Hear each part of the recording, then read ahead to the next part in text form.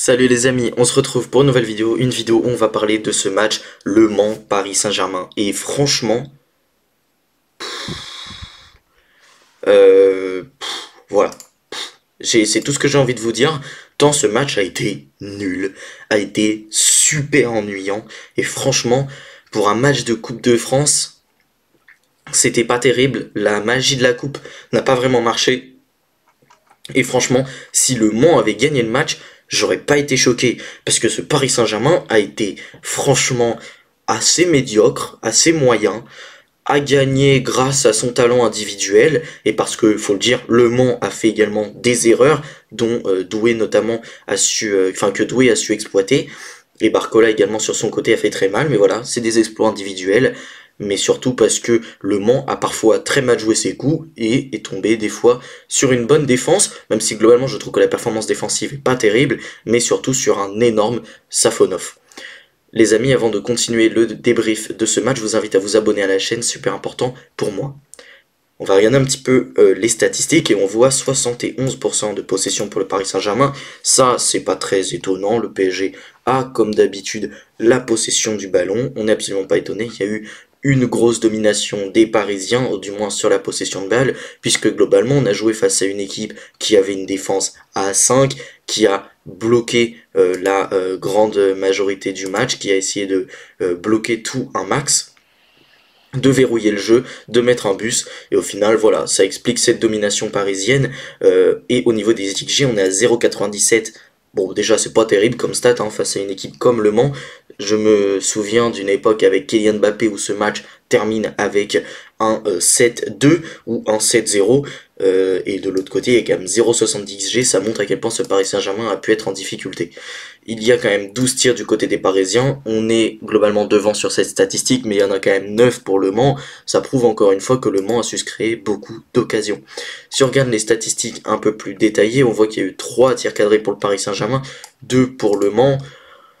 Ouais, encore une fois, c'est pas terrible, franchement je trouve que ce Paris Saint-Germain a fait un match assez inquiétant, hein, j'ai envie de vous dire. Franchement, défensivement, ça a été vraiment pas bon. Au milieu de terrain, j'ai trouvé ça très médiocre. Même ce qui fait d'habitude la grande qualité de nos milieux de terrain, même les remplaçants, c'est-à-dire la qualité, la précision dans les transmissions, même si parfois c'est pas forcément ultra risqué. Bah là, même là, on ne l'a pas vu, notamment un Lee Kang-in qui fait des pertes de balles hallucinantes, un Fabien Ruiz qui a été moyen sans plus, et un Mayulu qui a été tout bonnement catastrophique. Hein, voilà, c'est pas parce que c'est un jeune qu'il faut l'épargner. Son match est tout simplement extrêmement mauvais.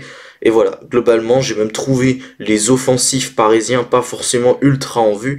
On en reparlera un peu plus tard, mais pour moi, c'est un peu à l'image de Gonzalo Ramos qui a touché très peu de ballons, qui a pas été excellent. Pour autant, ces Parisiens ont subi, mais n'ont pas rompu, tout bonnement parce que les Manceaux ont globalement raté leur coup. Ça, j'en ai parlé quelques fois.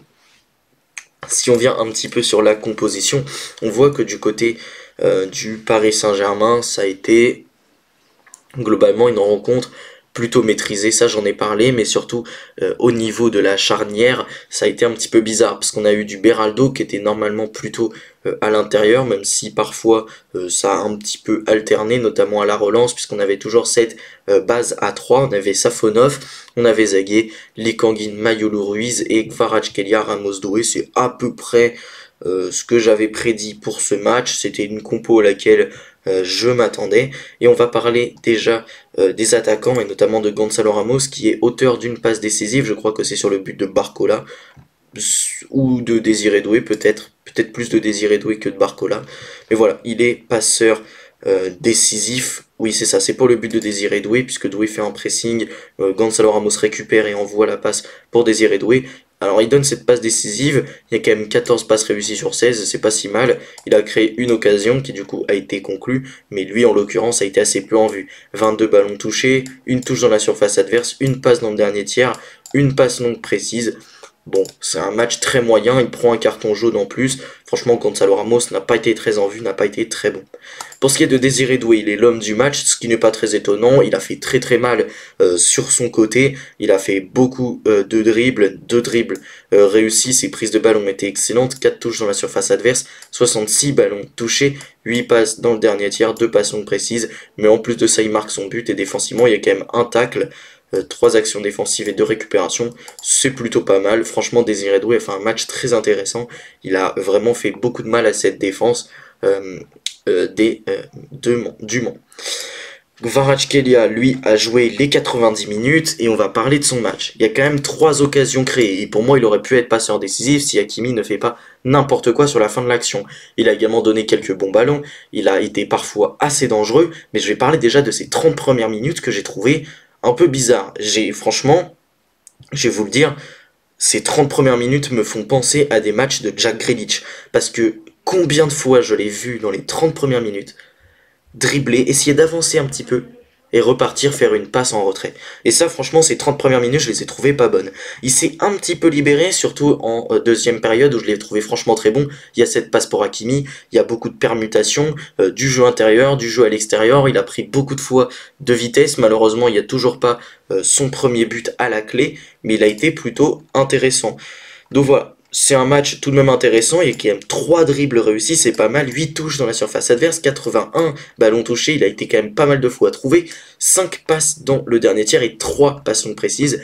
Maintenant, il y a quand même eu un centre qui a été raté, et défensivement, il a eu une belle activité, notamment 3 tacles. Ça voilà, ça fait partie des qualités de Kvaratskhelia, c'est un ailier qui défend beaucoup, et dans cette dimension-là, il a été très bon. Maintenant, sur l'entièreté du match, je vais vous le dire, certes, il a 8 de notes sur faute mob, c'est très bien, mais concrètement, on en attend plus de la part de Kvaratskhelia. On a payé 75 millions d'euros. Et ce qu'il nous a fait ce soir, ce n'est pas un joueur qui vaut 75 millions d'euros. C'est plutôt un joueur qui en vaut 30, 40. Donc moi j'en attends encore plus. Il monte petit à petit en puissance, donc ça reste à voir. Je ne le condamne évidemment pas. Mais c'est vrai que son match me laisse un peu sur ma faim, même si concrètement il n'est pas mauvais. Il a même été très intéressant sur pas mal de séquences. Fabien Ruiz, lui, a été somme toute moyen. 75 passes réussies sur 84, c'est pas excellent en termes de ratio pour un joueur qui est censé être aussi précis. Mais il y a quand même 9 passes longues réussies sur 10, donc ça c'est pas mal. 8 passes dans le dernier tiers et 92 ballons touchés. Mais franchement, il n'apporte absolument rien. Et ça, c'est peut-être ce que je vais lui reprocher ce soir. Même si concrètement, ce n'est pas un mauvais match de la part de Fabien Ruiz. Il y a quand même 2 tacles réussis, une interception, 3 actions défensives et 5 récupérations. C'est un match, somme toute, très moyen de la part de Fabien Ruiz. Mayolu, lui, pour le coup, a vraiment pas été bon. Hein. Je suis désolé, il va falloir dire les termes. 0 dribble réussi, 5 touches dans la surface adverse tout de même, 48 ballons touchés. Mais tous ces mouvements se sont conclus par des pertes de balles. Et je suis désolé, mais il a tout raté ce soir. Tout ce qu'il a entrepris a été raté. Il y a eu du mouvement, il y a eu de l'idée, mais globalement, ça n'a pas été très bon. Lee Kang-in, pareil, très moyen, il a perdu énormément de ballons, 82 passes réussies sur 86, donc ça c'est pas mal, c'est une bonne statistique, mais globalement il a perdu des ballons très dommageables, notamment sur un contre, je sais pas si vous vous en rappelez, c'est plutôt vers la fin du match, où il avait un ballon à donner à Kvara, je crois, sur le côté droit qui partait, et au final il le donne dans les pieds d'un joueur du Mans, donc ça c'est vraiment dommage. 103 ballons touchés, il était dans un rôle peut-être un petit peu plus bas que les deux autres, parce que j'ai trouvé Fabien Ruiz parfois plus haut, parfois plus bas, ça a un petit peu interverti avec Lee Kang-in. 6 passes dans le dernier tiers, 5 passes longues précises tout de même, mais concrètement, c'est pas sensationnel, c'est même un match pas très bon de la part de Lee Kang-in. Zagué, pareil, a pas été excellent sur son côté droit, il s'est fait pas mal de fois manger, notamment par Burley. Donc lui, franchement, c'est clairement pas une alternative de très haut niveau pour Achraf Hakimi. Et pour moi, il va falloir chercher un latéral droit pour l'été prochain. Pacho a fait un match somme toute correct. 97 passes réussies sur 100. 109 ballons touchés. 4 passes longues précises. Ça, c'est pas mal du tout. 4 récupérations, 5 actions défensives, même si les deux, là, Beraldo et Pacho, se sont quand même fait prendre quelques fois, mais j'ai trouvé Beraldo quand même un peu au-dessus. Déjà, au niveau des passes réussies, il est à 110 sur 110, c'est excellent, il a réussi toutes ses passes, et surtout, il y a 10 passes longues précises sur 10, 4 passes dans le dernier tir, une touche dans la surface adverse, donc ça, c'est très bien, et il y a 3 tacles réussis, un blocage, un dégagement, 1 interception, 7 actions défensives et 5 récupérations. Franchement, c'est un très gros match de la part de Beraldo. Et on a Lucas Hernandez qui malheureusement est sorti à la mi-temps et visiblement ça sent pas bon. Et c'est dommage parce qu'il faisait un match intéressant, un dribble réussi, 7 passes dans le dernier tiers, 3 passes longues précises sur ce poste d'arrière gauche, il était pas mauvais. Donc voilà, c'est dommage parce que je trouvais qu'il avait fait une bonne rencontre, mais il est sorti assez tôt dans le match et j'espère que ce sera pas trop grave pour lui. On a eu un Bradley Barcola qui est rentré, qui a été très très bon hein, sur son entrée, franchement il a fait très très mal, donc ça fait plaisir. On a eu Vitinha également qui est rentré, donc voilà, lui il a été somme toute moyen. Nuno Mendes a fait une très bonne entrée, notamment pour donner le ballon à Bradley Barcola, mais globalement, franchement, il a été vraiment intéressant, il a donné beaucoup de très bons ballons, il y a quand même 2 occasions créées, un dribble réussi, 12 passes dans le dernier tiers, 4 passes longues précises, voilà, il a été vraiment excellent. Bradley, si je me trompe pas, il y a quand même 3 dribbles réussis, donc voilà, c'est une très belle entrée. Si toujours la surface adverse, et en plus il marque son but, un très beau but. Vitinha, lui, bah, comme je l'ai dit, il a été somme toute correct, 3 passes longues précises, 42 ballons touchés. Et voilà, lui, il a été somme toute assez neutre. Achraf Hakimi, pour le coup, j'ai pas été convaincu de son entrée, je la trouve vraiment pas bonne. Je trouve qu'il a perdu beaucoup de ballons très bêtement, il a fait des fautes bêtes. Voilà, moi je trouve que l'entrée de Achraf Hakimi n'est pas terrible. Et on avait Presnel Kimpembe qui est le dernier entrant, je sais pas pourquoi Fotmob hallucine. Et franchement, Kimpembe, je suis désolé, mais on n'est pas prêt de le revoir sur un terrain. Parce que franchement, son entrée, elle est complètement ratée, faut dire les termes. Il prend un carton jaune très bête. Il se fait avoir sur pas mal de coups. Donc je ne sais pas, ça va être à voir. Mais franchement, ça peut être un petit peu compliqué, cette défense parisienne. Heureusement qu'évidemment, on a toujours nos titulaires Marquinhos, Pacho. Mais pour ce qui est des remplaçants, c'est pas excellent. Et d'ailleurs, on a vu que globalement, le banc du Paris Saint-Germain n'était pas terrible. Mayoulou, Lee, Ruiz, pour moi, c'est pas des alternatives de bon niveau. Zaguet, non.